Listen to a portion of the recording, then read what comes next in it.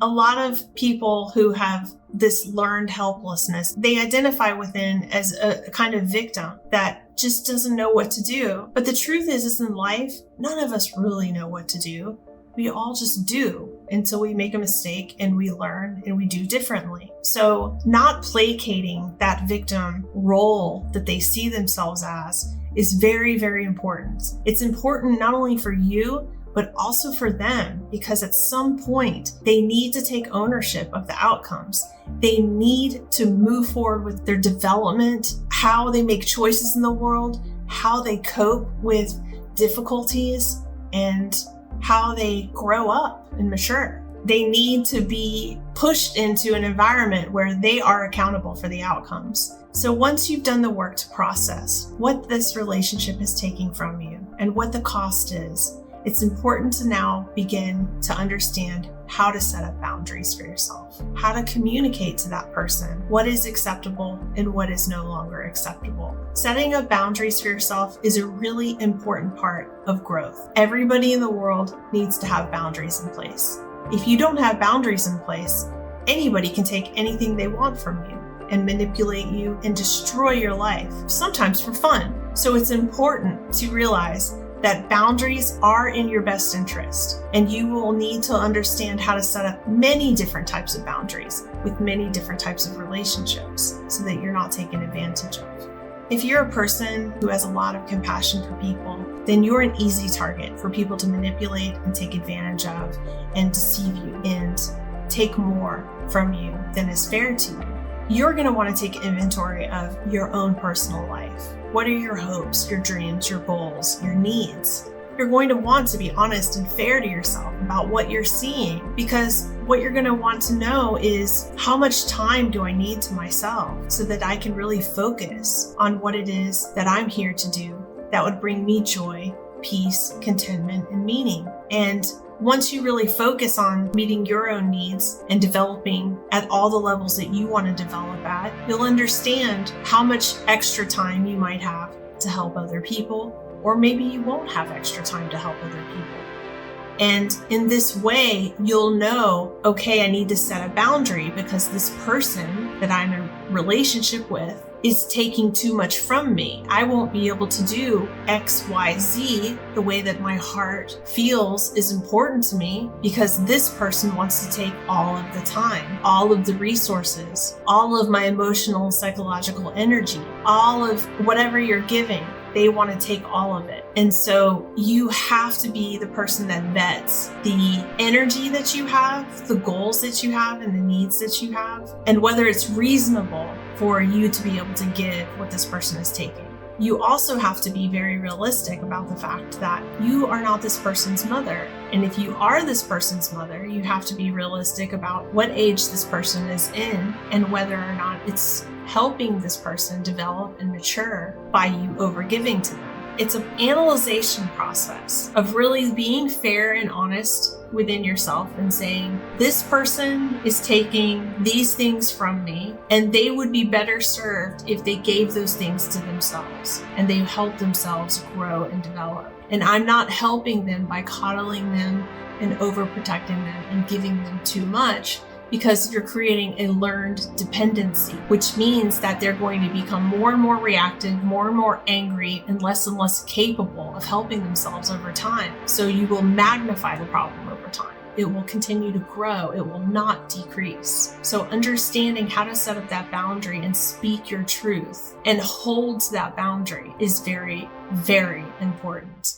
So when you realize you need to set up a boundary with somebody, then it's important for you to approach the topic with them, to say, look, you're taking too much. I think it's in your best interest to take ownership of the process, because it's in your best interest to develop and to grow and be in the seat of your own power for your own life, choices, decisions, and outcomes. I can't be the one that's in charge of your growth, because you are here to live your life and mature and grow. And I am here to do the same. We are sovereign individuals, and we need to develop as sovereign individuals. You can have a connection with somebody, but having a dependency, that's where things get dysfunctional and unhealthy. So stating your boundary, what you will and will not do, is very important. Be very clear and hold steadfast to that. Maybe you have a child who's been taking advantage of you financially.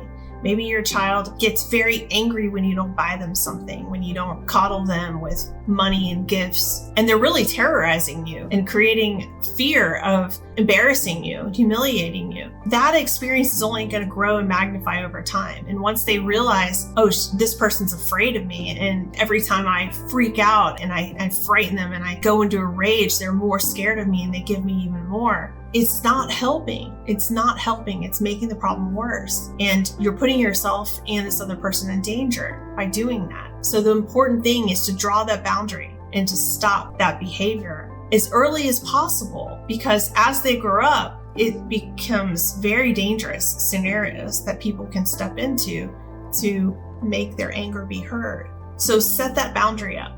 Let's say you're in a love relationship where one partner is controlling the other. If you're allowing someone to control you and you don't have control of your ability to make your own decisions, your ability to be free to do whatever you choose without this person getting upset with you, then there's an imbalance of power, because you should be able to be in a relationship and make your own choices and decisions as long as it doesn't damage the relationship or the finances in some serious way. You should be able to make those choices without having to lose favor with your partner. People can psychologically control you and manipulate you, and this is not healthy for you. It's not fair to you. So setting a boundary and saying, hey, look, I love you, but I'm not willing to give up my rights as a human being. I'm not willing to stop developing myself emotionally, physically, spiritually, psychologically for you. I'm not going to do that. I love you, but if you can't respect me, I'm going to have to leave this relationship. Drawing that line in the sand and really staking a very strong boundary is very important. I want to say though, if this person is physically dangerous or harmful to you, don't do that. Leave without ever saying anything. Leave, okay? If someone is dangerous to you, if they are homicidal, do not confront them with your boundaries. Leave. Don't come back. That is a no contact rule. So I just want to be clear. Boundaries are important to people who are not going to try to murder you or hurt you. But if they are that way, you need to leave that relationship anyway, because they're not safe people to be investing with.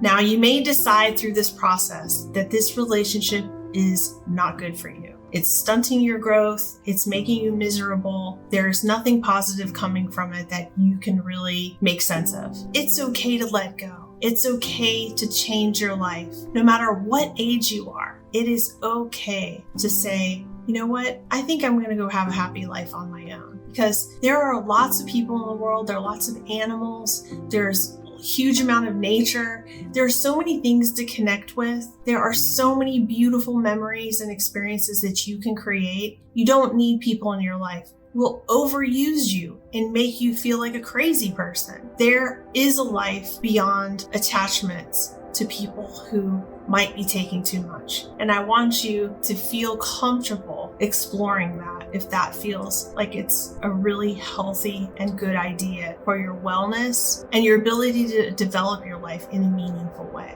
I'm Dawn the Empath. I hope you've learned something about how to advocate for yourself if someone's taking too much for you.